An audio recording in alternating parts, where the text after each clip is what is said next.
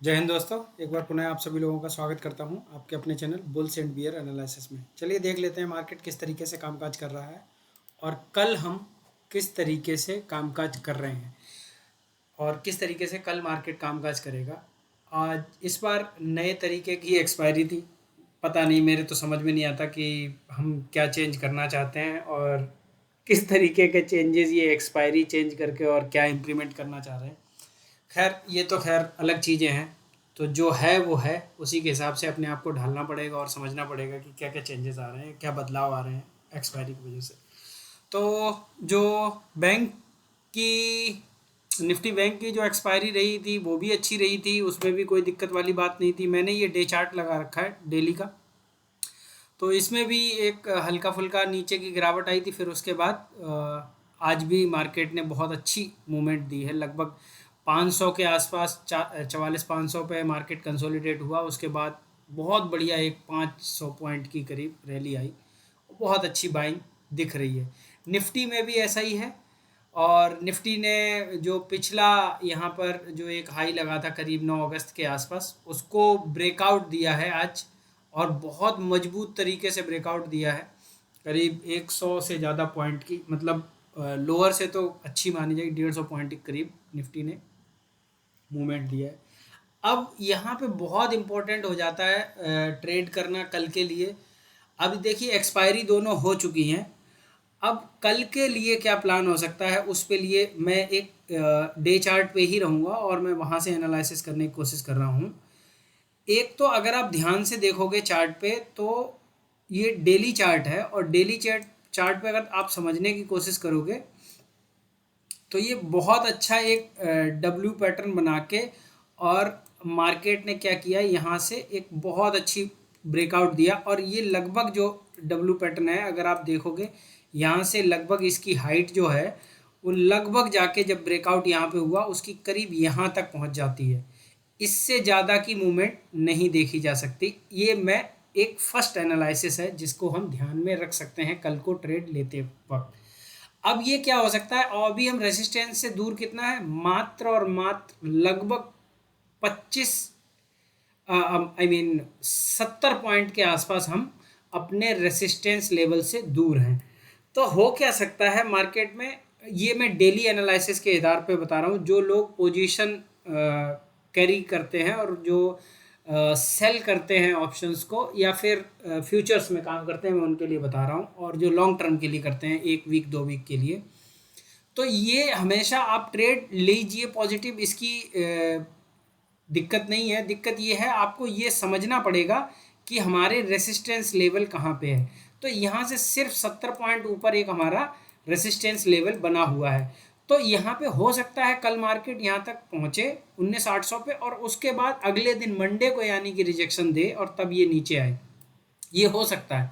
लेकिन हमें अंधाधुंध ना ही कॉल में बैठना है कल और ना ही पुट में बैठना है। हो सकता है मार्केट यहाँ से आधे तक में जाए, करीब 19,780 790 तक जाए और वहाँ से एकदम रिवर्स आ जाए और फिर वापस ये करीब लगभग 19,600 या 19,500 के आसपास के लेवल आगे आने वाले 2-3 दिनों में दिखा सकता है। सेम इसी तरीके से डेली एनालिसिस पे अगर हम चलें, अगर बैंक निफ्टी की तरफ में, तो बैंक निफ्टी अभी भी वो ब्रेकआउट नहीं दिया है जो यहाँ पर दे चुका है। तो यहाँ पे क्या था, यहाँ पे भी सेम डब्ल्यू पैटर्न इसने बनाया है और ये अभी भी उसी रेसिस्टेंस के पास में, इसने अभी तक ब्रेकआउट नहीं दिया। अगर ये ब्रेकआउट देगा तो लगभग लगभग जो ये यहाँ से लेकर यहाँ की हाइट है और जो ब्रेकआउट से लेकर यहाँ तक की हाइट है, तो लगभग ये जो लेवल बनता है वो लगभग 45-500 के आसपास करीब यहाँ पे बनेगा, जो नेक्स्ट रेसिस्टेंस मुझे लगता है वो होगा। तो अगर आप पोजिशनल ट्रेड करना चाहते हैं तो एक काम, जब आप ये मार्केट ये ब्रेकआउट करता है 45,000 का लेवल, तो आप 44,800, 44,900 और 44,500 की पुट जो है आप सेल कर सकते हैं पोजीशन लेवल पे। लेकिन ये ध्यान देना है कि ये वाकई में ऊपर ब्रेकआउट करने के बाद स्टे कर रहा है। अगर ब्रेकआउट के बाद अगर ये रुक नहीं रहा है और एक दो कैंडल में आप यहाँ पे देखना, करीब 15 मिनट की 2-3 कैंडल जो है वो क्लोज होनी चाहिए। अगर नहीं क्लोज होती हैं तो हम फिर वापस से मार्केट के इस रेसिस्टेंस को रेस्पेक्ट, हम ये मानेंगे कि मार्केट ने इस रेसिस्टेंस को रेस्पेक्ट किया और ये वापस आ गया।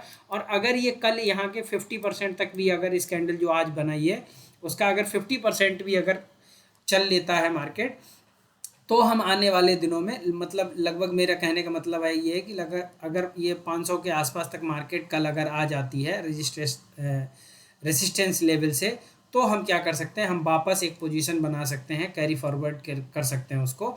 तो हमारे टारगेट वहीं पे जो ये जहाँ से मार्केट ने चलना शुरू किया है लगभग 43,800 के आसपास तक के हम टारगेट देख सकते हैं, लेकिन ये पोजिशनल लेवल पे है।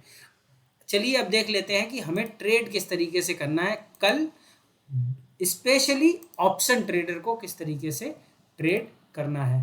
तो चलिए हम चल लेते हैं 15 मिनट के टाइम फ्रेम पे, और उसके बाद हम चलेंगे लगभग 5 मिनट के टाइम फ्रेम पे। तो आपको ये चार्ट बिल्कुल दिख रहा होगा, यहाँ पे मार्केट आया, उसके बाद यहाँ से मार्केट ने बहुत अच्छा एक रन अप लिया। यहाँ पे देखिए आप, मार्केट कंसोलिडेट करता रहा लगभग 19,500-600 के आसपास यहाँ पे कंसोलिडेट किया। उसके बाद जो मार्केट ने ब्रेकआउट दिया, फिर एकदम मस्त, बहुत बेहतरीन, एकदम लगभग करीब 100 पॉइंट का मार्केट ने मूवमेंट दिया, बहुत अच्छा। तो अब कल क्या कर सकते हैं, कल जो हमारी ट्रेड रहेगी वो ये है कि आगे जो रेजिस्टेंस लेवल है वो हमारा 70-80 पॉइंट पे है। तो यदि मार्केट कल खुल के एक कहीं पे अगर यहाँ पे थोड़ा सा डिप मिल जाता है, चाहे गैप डाउन खुल के या ये अपने आप नीचे आ जाता है, और करीब हमें लगभग 50 पॉइंट का अगर डिप है, और उसके बाद अगर कोई हमें रिवर्सल कैंडल यहाँ पे देखने को मिलती है या कोई इस तरीके का कोई डब्ल्यू पैटर्न बनता है, तो I am pretty much interested in CE. और फिर हमारे पास लगभग ये 150 पॉइंट तक के टारगेट, 19,800 तक के टारगेट के लिए हम ट्रेड कर सकते हैं। ये एक ही ट्रेड मेरे पास है। दूसरी ट्रेड जब बनती है, जब अगर मार्केट गैप अप ही खुल जाए इतना, तो मार्केट को आने देना, 19,800 के बाद अगर कोई रेजिस्टेंस लेके अगर ये चलती है तो फिर हम रिवर्स की ट्रेड लेंगे, नहीं तो हम सिर्फ कॉल में ही बैठने की कोशिश करेंगे। चलिए अब देख लेते हैं बैंक निफ्टी में किस तरीके से कामकाज हो सकता है। जैसे बैंक निफ्टी में मैंने बताया, अगर ये मार्केट खुलता है और अगर ये किसी भी टाइम पे मार्केट या तो इसके बिल्कुल गैप अप ही खुल जाए, और गैप अप खुल के अगर यहाँ पे सस्टेन करके अगर ब्रेकआउट करता है 45,000 का लेवल, तो हम कल के कल ही 45,300 तक के लेवल यहाँ पे मार्केट में देख सकते हैं, जो कि ये हाईएस्ट रेजिस्टेंस होगा। तो यहाँ से गैप अप खुले और गैप अप खुलने के बाद यहीं पे कंसोलिडेट करे मार्केट, और फिर तब ये ब्रेकआउट देगा सेकेंड हाफ में, तो हमें ये लेवल 45,300 के ऊपर की तरफ दिख सकते हैं, और हम बहुत छोटा सा आज के क्लोज का स्टॉप लॉस लगा के ट्रेड कर सकते हैं। और यदि मार्केट गैप अप खुलता है और गैप अप खुल के 45,000 से अगर रिजेक्शन खाता है, तब हम क्या करेंगे, हम एक शॉर्ट की ट्रेड लेंगे, सिर्फ 45,100 रुपये तक का स्टॉप लॉस लगा के। और उसके बाद जो अगर ये इसको कल के अगर जो कल का आज का मतलब क्लोजिंग प्राइस है, अगर इसको अगर ब्रेक कर देता है, तो वापस में 44,400 तक के टारगेट कल में देख सकते हैं। इस तरीके की कल हमें ट्रेड लेनी है। तो बहुत आसान है, बहुत सिंपल है, मैंने सारी चीज़ें आपको बता दी, स्टॉप लॉस टारगेट क्या क्या हो सकते हैं, हर तरीके का सिनेरियो आपको समझा दिया है। अगर आप चैनल पर पहली बार आए हैं तो सब्सक्राइब करिए, और अगर आप मार्केट में पहले से हैं, आप जानते हैं, जो आपके मित्र काम करते हैं इसमें ऑप्शन ट्रेडिंग में स्पेशली, तो उनके साथ चैनल को शेयर करिए। मैंने अपना टेलीग्राम लिंक आपके चैनल में डिस्क्रिप्शन में डाल रखा है, वहाँ से आप जुड़ सकते हैं। वहाँ पे जो भी मैं ट्रेड करता हूँ, जो भी एनालिसिस होती है, वो वहाँ पे डाल देता हूँ। कई बार वीडियो बनाने का टाइम नहीं होता तो टेलीग्राम पे अपडेट कर देता हूँ।